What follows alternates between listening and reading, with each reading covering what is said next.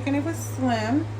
So today's video is really touchy for me because I always think, like, how do one go missing and never seen again? Like, so nobody saw nothing, nobody heard nothing, there's no evidence, there's no video evidence, like nothing. It just be nothing. Like, it just literally be nothing. Nothing to go on. Nothing to help these families find their missing loved ones.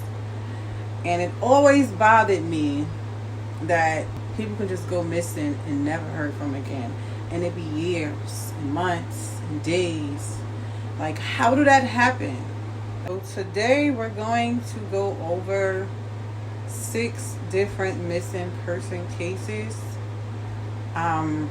I did a lot of research for these missing person cases. It's just heartbreaking. It's really, really heartbreaking. Some of these people been missing for years. And it's just like, wow. So nobody knows nothing. Nobody's seen nothing. And I'm going to say this, and I don't care how anyone feels. When it comes to missing black women, men, women, children, the high alert is not there for us. It's like they don't care. You know what I'm saying? We get the bare minimum when it comes to people of color. And that is a known fact. You see it often. It's literally just a known fact. They don't care if we're missing. So the first person we have today is Cara Michelle Coles. Cara Michelle Coles was born September the 24th, 1992, to the parents Karen Phillips and Joseph Coles. Cara has brown hair and brown eyes. She's 5'4" and weighs 125 pounds. Cara has the following tattoos: a heart on her right wrist, Lucky Libra on her back, a jaguar head on the back of her shoulder, and My Love on her chest. Her ears are pierced. What she was wearing last is unclear. In 2018, Cara moved to a new apartment near 81st Street and Byron Ave on the south side of Chicago, Illinois, and bought a new car. She was employed as a city carrier assistant for the United States Postal Service. At the time of her disappearance, Cara was in a romantic relationship with Joshua Simmons, another postal employee. She was 12 weeks pregnant and was reportedly excited about her pregnancy. On October 2nd, 2018, Cara Coles called in sick to the post office where she worked and was scheduled to return to work the following day. Cara's last contact with her family was on the phone to her mother on the afternoon of October 2nd while she was shopping for baby supplies at a Wick grocery store. That evening, Cara was captured on security footage carrying grocery bags into her apartment located in the 8100 block of Southside Vernon in Chicago, Illinois. Cameras catches Cara leaving later on with the man both getting into her car. Around 10:33 p.m., Cara was captured on security footage withdrawing hundreds of dollars from an ATM machine in a Walgreens store in the 800 block of South Cottage Grove in Chicago. 3 minutes later, Cara was last seen exiting the business. Around 11:45 p.m., her vehicle was last seen parked in another area of Chicago. The man, identified as a person of interest, exits the passenger side of the vehicle, but nobody exited the driver's side. On October 3rd, 2018, the man was seen parking Cara's vehicle in front of her residence. Authorities found Cara's vehicle parked on the block in front of her apartment with her purse, cell phone, prenatal vitamins, and lunch bag still inside. He entered the building and exited with unknown items before driving away in his personal vehicle, which had been parked on the block overnight. Authorities questioned the person of interest who gave conflicting accounts of the last time he saw Cara Coles. According to her family, the person of interest whose identity has not been publicly released by authorities is Joshua Simmons, Cara's boyfriend of 5 years and father of her unborn child. Simmons had no criminal history, moved out of the state shortly after Cara Coles disappeared. On October 4th, 2018, her mother filed a missing person report with the Chicago Police Department when she couldn't contact her. Foul play is suspected in Cara Coles' disappearance. A $4,500 reward is being offered by her family for information leading to Cara Cole's whereabouts. If you have any information regarding the disappearance of Cara Cole, please contact the Chicago Police Department at 321-747-5789 or the U.S. Postal Inspection Service at 877-876-2455. Hey y'all, hey. So we back with another missing person case. And these next 6 people that I'm going to discuss really was like mind-boggling. So the first person we have is Cara Coles. And Miss Coles, it's said that the baby daddy, because she was pregnant, it said that the baby daddy was the last person to see her alive. And after her disappearance, this man just up and left and moved. Like, they seen a man parking her car in front of her apartment complex, going inside, getting stuff, leaving, getting into his car, and, going. And it's unclear why the police didn't question this man in depth more, because his story didn't add up, and he was seen leaving her apartment. So I'm just going to... The next person is Sandra Powell. Sandra Powell was born on March 15th, 1970. She has black hair and brown eyes. She weighs 130 pounds. She's 5'5". Both of Sandra's ears was pierced. She has a scar on the right side of her neck. She's from South Bend, Indiana. Sandra Powell was a student at Washington High School in South Bend, Indiana, where she lived with her mother in 1986. She was 16 years old and 4 months pregnant at the time of her disappearance. The events leading up to Sandra's disappearance are alarming. On March 10th, 1987, the night before she vanished, a friend told police that Sandra received a call from an unknown individual.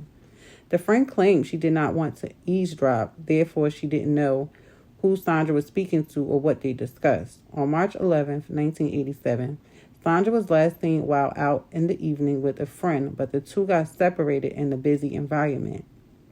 After Sandra didn't make it home that night, her friends and family were worried, noting that Sandra had not spoken or no intentions of returning home, considering all of her personal items and money were back at the house. It's unclear if this situation has anything to do with Sandra's disappearance, but the year prior to her disappearance, Sandra found herself in the wrong place at the wrong time. On June 8, 1986, Sandra witnessed a drive-by shooting that took the life of her friend Wayne Mack. On July 11, 1986, Donald Peck, his brother Bobby, were arrested for the murder of Wayne Mack. Deputy Prosecutor Richard worked the case and believed that Mack's death was related to a murder that happened a year prior. On June 21st, 1985, Henry Lee Jones Jr. had an argument with Carl Lee Wells. The argument ended when Jones shot Wells 3 times in the back. According to several articles printed in the South Bend Tribune, Wells was Donald and Bobby Peck's half-brother. Mack was Jones' brother. Mack was scheduled to testify in the trial of Henry Lee Jones. A few months later, Sandra testified at Wack Main's murder trial. Many of the witnesses who testified received threats before and during the trial. Some witnesses were kept in protective custody, but it's unknown if Sandra was one of those protected witnesses. In the end, Bobby Peck was convicted of murdering Wayne Mack. His brother Donald was acquitted of all charges and released. On September 28, 1986, Bobby Peck was sentenced to 60 years in prison. Sandra's case remains unsolved, but her family has never given up, even though there's no legal closure. In 1997, the police received 2 tips. The first tip implied that Sandra was an adult film actress. The second tip from 1997 was suggested by someone who knew Sandra. This unnamed individual told police that they saw Sandra in the episode of Soul Train. Unfortunately, neither of these tips yields any new information on Sandra's case. At the time of her disappearance, Sandra was devastated because the father of her child had recently told her that he wanted to marry another woman. However, many questions still linger in Sandra's disappearance, including, could the baby's father know more information about her disappearance? Who was Sandra's unknown caller? Did Sandra know the individual who might have kidnapped her? what happened to her unborn child. Could Sandra still be alive? If you have any information pertaining to Sandra K. Powell's case, please contact South Bend Police Department at 574-235-9201. So the next person we got is Sandra Powell. Miss Powell was from South Bend, Indiana, and the events leading up to her disappearance is alarming because she witnessed someone get murdered and she had to testify against them. And when she testified, it's unclear if she was one of the people that was put in protective custody, because the person she was testifying against, the people were getting death threats. So it's unclear if Miss Powell was a part of those people who was in protective custody. But the person did get charged with 60 years in prison. He didn't get charged with Mrs. Powell's disappearance. It was just unclear of what happened to her. Like, literally. It says she was on the phone arguing with someone, but that was unclear as well. So many questions still linger with Mrs. Powell's case. Like, who was she on the phone with? Could the baby fathers know more information about her disappearance? Because she was pregnant as well. What happened to her unborn child? Could Miss Sandra still be alive? Like, it's just mind-boggling, you know? Like, that she just literally disappeared. So, yeah, it's just really crazy that she went out with a friend and hasn't been heard from since then. So,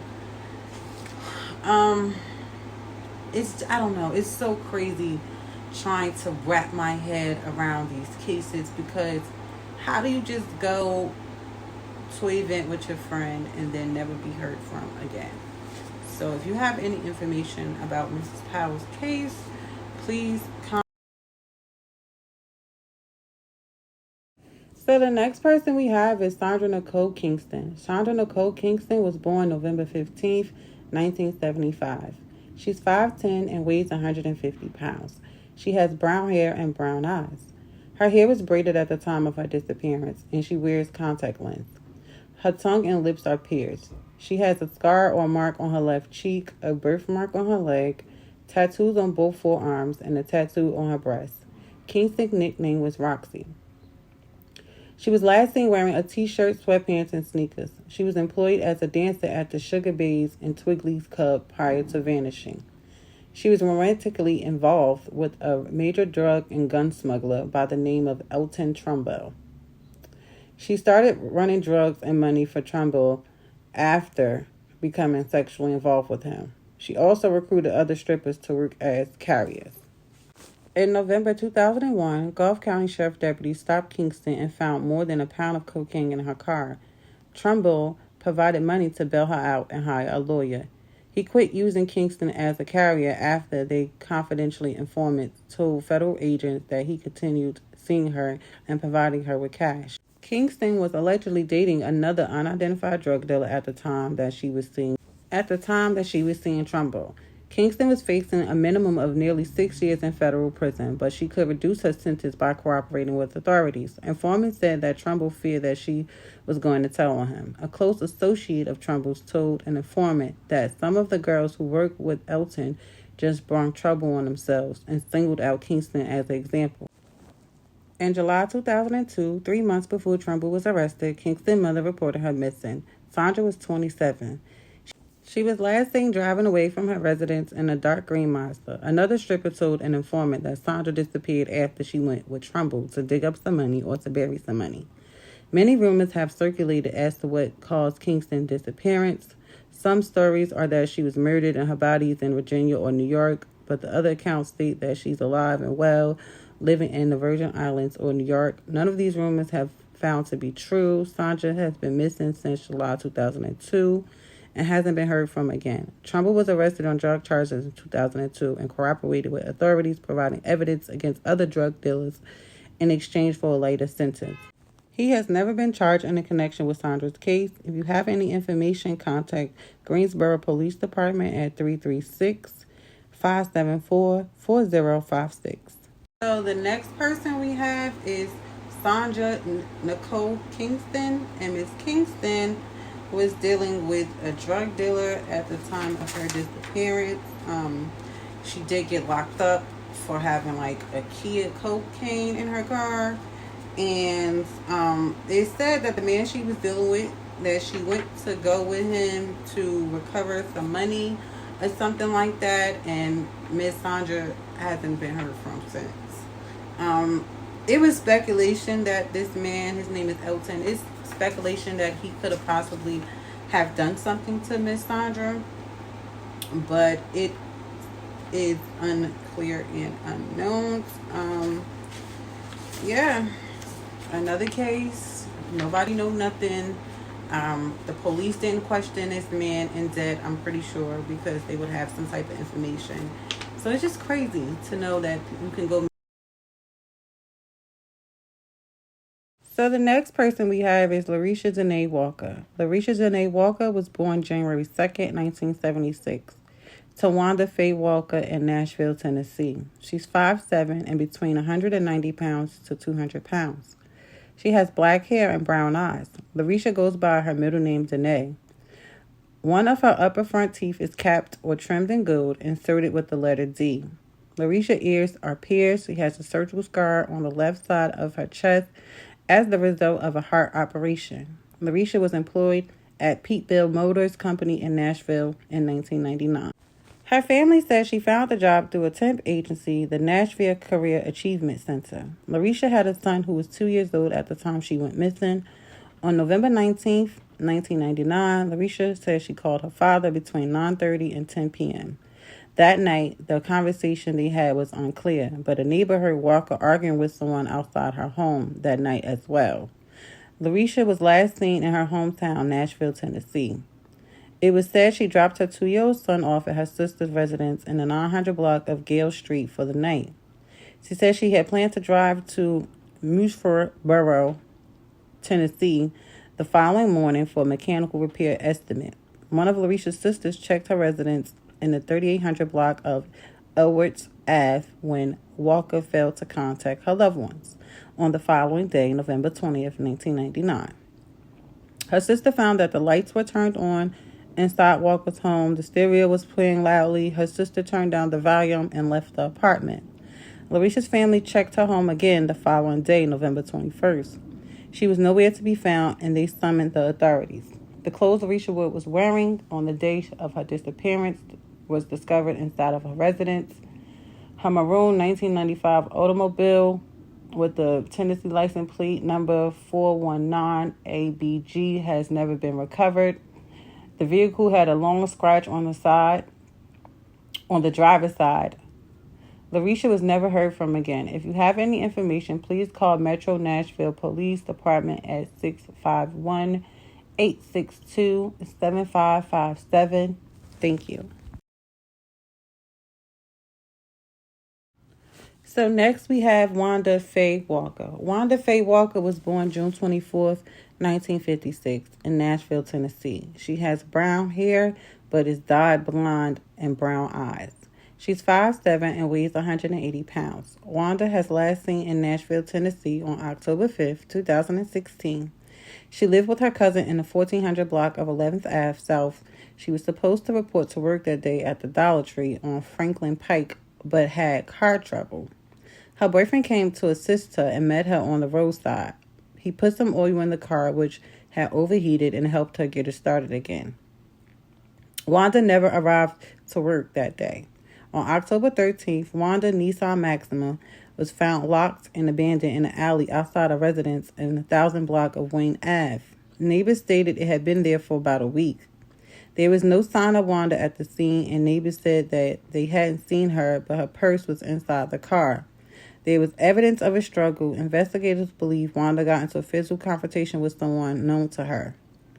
Also present inside the car was a flower bud shrub type plant. Police noted there was a significant amount of blood in the back seat of the Nissan, and they later determined that the blood was Wanda's. There was enough blood to lead them to think she'd probably been killed. Wanda went missing 17 years later after her daughter Larisha Walker. If you have any information, please call Metro Nashville Police Department at 651-862-7557. So Ms. Walker case is she went missing November 1999. That was the last time someone talked to her. Her sister checked her house November 20th, 1999. And she found the lights was on and the stereo was playing loudly. Okay? That's the first red flag. Then the next day, her family checked the house again, November the 21st, 1999. She was nowhere to be found, so they called the police. Her car has never been recovered or nothing. So it's just like the car missing, she missing, nowhere to be found, like at all. And what's crazy about this case is because Ms. Walker, her mother went missing 17 years later. Now that's a... So initially when I was doing these cases, I didn't even realize that Larisha Walker and Wanda Walker were related. Miss Wanda Walker is Larisha's mother. She went missing 17 years later.